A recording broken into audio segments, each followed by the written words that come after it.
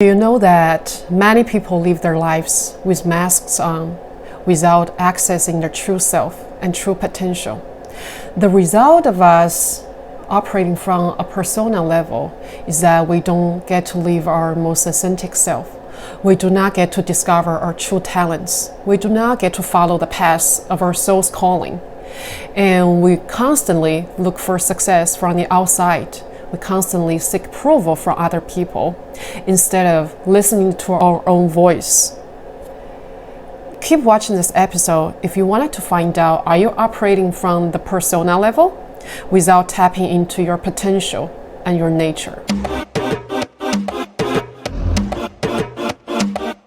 Hello, my name is Susan, and I am a certified Jungian life coach. If you are interested in self-development, depth psychology, Eastern philosophy, business building, and spiritual growth, please consider subscribing this channel, and we will have new content out every week. So what is persona, you might ask? According to Swiss psychologist Carl Jung, persona was the social face the individual present to the world, a kind of a mask, designed on the one hand to make a definite impression upon other people, and on the other hand, to conceal the true nature of the individual. Interesting, isn't it? Persona was designed to function so that we can conceal our true nature of ourselves.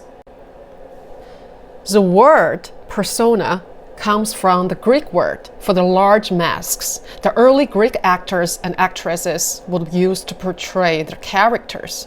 The primary function of the mask was to give information about the character, and the persona is the mask or that role that person plays in the society. So to better assist you to understand the concept of persona, I'll give you one example. So let's say there's a kid who has natural musical talent. She or he wants to grow up and be a musician.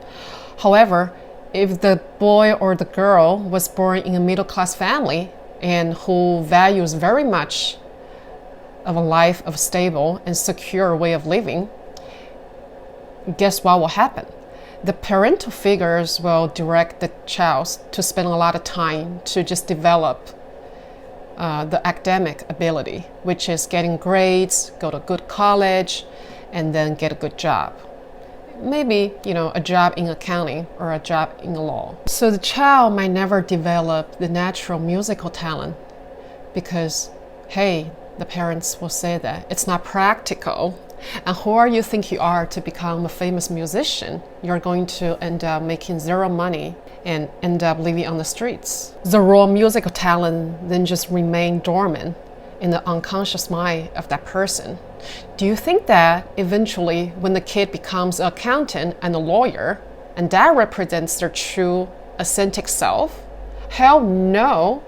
That is just their social mask they have to wear to please the parent, to fit in the society, and to having a secure and safe life.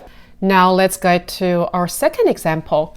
When little boys growing up, where the parents and the society values being tough and strong more than being emotionally vulnerable, guess what will happen if the male toddler fall on the floor when learning to walk?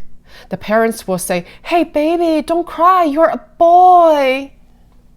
The message that boys cannot cry is reinforced over and over again when boys are growing up, and eventually was internalized by himself and starts to condition his reaction and behaviors in life. However, the instinct of crying, boys get hurt or get bruised, are still within their psyche.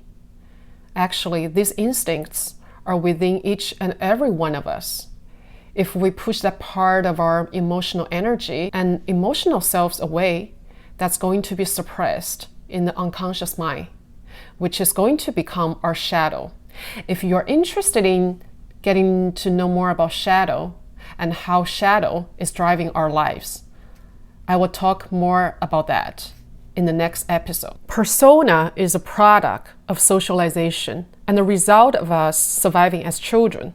Sometimes as we are growing up, It is just too painful, shameful, and sometimes sadly impossible to be our authentic selves. Imagine a little girl whose parents got divorced. The dad has left the home, and now mommy is a single mom who has to constantly work to provide for her. So no one is at home to care for her. For survival reason, this little girl had to push away the part of her that needs others' help and love from other people away in her unconscious mind, and decided at the moment that she needed to be independent and needed to take care of herself. Because at the moment, when nobody was at home to be with her, she could not depend on mommy or daddy, who is not there at the first place. So she ended up developing a persona of a strong and independent woman and pushed away the part of her that wants connection, that needs for others' help and love in her unconscious mind, which eventually becomes her shadow self. Problem is that anything that we push away from our conscious mind, for example, some personality traits, some emotional energies, don't just disappear from our lives. Eventually, they become our shadow. And literally, like the physical shadow, they follow us everywhere we go because it's part of us. And we are just not aware and conscious of it. So for example, when we get triggered, the shadow parts of us are activated. That's why people feel like there is a flood of emotion overwhelm their mind. And sometimes people do things they will regret later in life. And a lot of times people will say that, oh, I don't even know what happens to me. That is totally not me. But hey, my friend, that is totally you. At least that is part of you. And then the reason these parts of you are called your shadow is precisely because the part you're not aware of it. The danger is that there are forces inside of you, like the shadow, are driving your life. So if you do not do the inner work to make those parts of yourself to be shown and to be revealed to you, and you don't become conscious of it, it's going to drive your life.